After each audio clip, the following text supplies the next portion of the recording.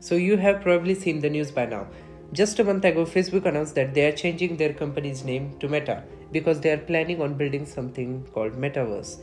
But I don't think many people are talking about this. So the metaverse is going to change my life and it's going to change yours. So we need to understand what it is, and so is the concept of metaverse. So throughout the history, we have consistently been moved towards more and more engaging mediums, like we have gone from text to photo to video, and also reading books and papers to now spending most of our spare time watching TikToks and reels on internet. And the metaverse is what comes next on internet, that you are not just looking at through a screen but actually you are inside of. Take anything like you could think of doing right now, like shopping, chatting with friends, meditating, to watching ASMR videos on YouTube. And now imagine that in a time it takes you to just snap your fingers, you could be doing that thing in a way that feels real with other people who feel present in the setting. That's whatever you want. It could be a living shred, everlasting virtual universe. That's Meta's vision of metaverse. And in case I wasn't clear, this is pretty damn cool thing. Then there are some of the undeniable positives, like just to get obvious out of the way, metaverse will allow you to live out your fantasies in one single evening. You could be slaying enemies in handheld combat battles, you could be playing a quiet game of chess on streets of New York, and surfing across the tropics of Bahamas, all with incredible realism, but at the same time the reassurance that you yourself are safe at home. And on a similar note, there is also a comfort to the idea that you will also be able to express yourself however you want. Now you have a profile picture of your social media accounts, the kind of image that represents you to the other people. Well, in metaverse you won't just have an image, you will have an avatar, a fully three-dimensional living depiction of you, but you in a way that you would want to be.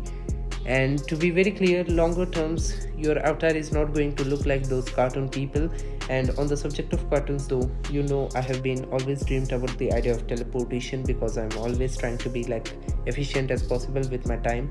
Being stuck in traffic jams kind of horrifies me, but in metaverse there's gonna be a relic of the past. Each person will have their own home space where you create aesthetic that you want others to see, and then you can invite people to just appear within it.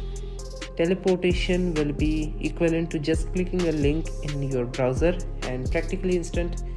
And if you compare that concept of real teleportation, of literally deconstructing every atom in a proton body at one point in time and then reconstructing it in somewhere else, I think one of those two options is more likely to be the future of transport, and it's not the real one. So these are the obvious benefits of metaverse, but there's also a couple of potentially unexpected ones, like the environment. You see, producing a real product is really insufficient. The production of real car, for example, can quite easily result in 20 tons of carbon dioxide emission, though the production of car in metaverse will be 0.0000, you name a number, 1. And that gap in emission only gets greater when you start to talk about potentially using that car. I totally get the idea of virtual cars, sounds very odd and not at all comparable, but think about it. In the metaverse we have teleportation. Both virtual cars and physical cars are just useless, as each of you would only drive on if you specifically fancied a drive, not actually to get anywhere in particular. And so what I'm saying is that it's quite likely that more users that join the metaverse are, the more we shift towards purchasing digital goods and digital experience. And so the fewer planes, trains, cars, ships, delivery vans we are going to use. And kind of exciting thing is that the metaverse will also be a new economy. The metaverse is developing a store within it called Horizon Marketplace, which is not just selling stuff to us, but platform where anyone can be a seller. You could create virtual clothing, you could create a virtual experience and charge people to try it. You could design a completely new world. The point is, in a new world you will also have new opportunities to earn. So honestly, this whole metaverse thing has pretty great sell pitch, The ability to be together with anyone, to be able to teleport to anywhere, to be able to create and experience anything, but it's also pretty scary. Like, first thing, the data. Let's be honest, Facebook has had a pretty rocky relationship with how it's handled user data in past, and remember, that's from an era where we were still somewhat separate from our digital selves. But in case where we become our digital selves, where our profits are not just a few holiday photos that we choose to share, but literally everything we do in this metaverse, we are going to have to put a whole new level of trust into the company that doesn't exactly reveal how they are using this information. We are talking about data collection on level of measuring your brain activity. You wouldn't even give your family that kind of access. But there's something potentially even scarier than the data problem, is that we are talking about how companies will be able to create virtual experiences that feel indistinguishably from real ones.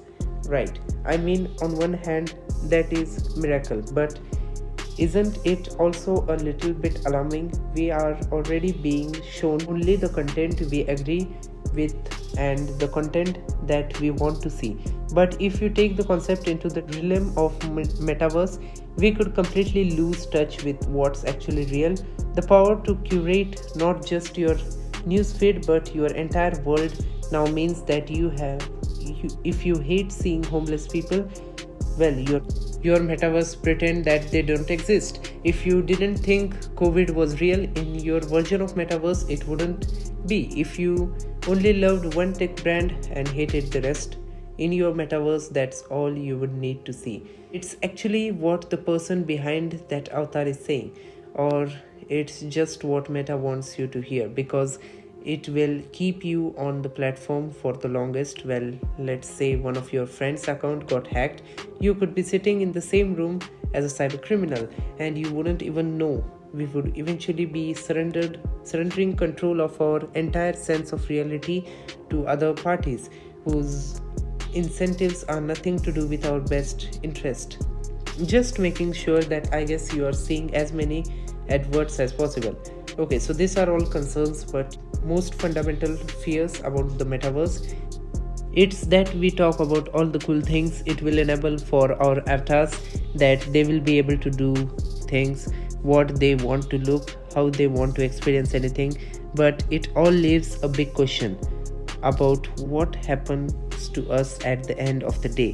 Right, as incredible as the technology is, we are still people.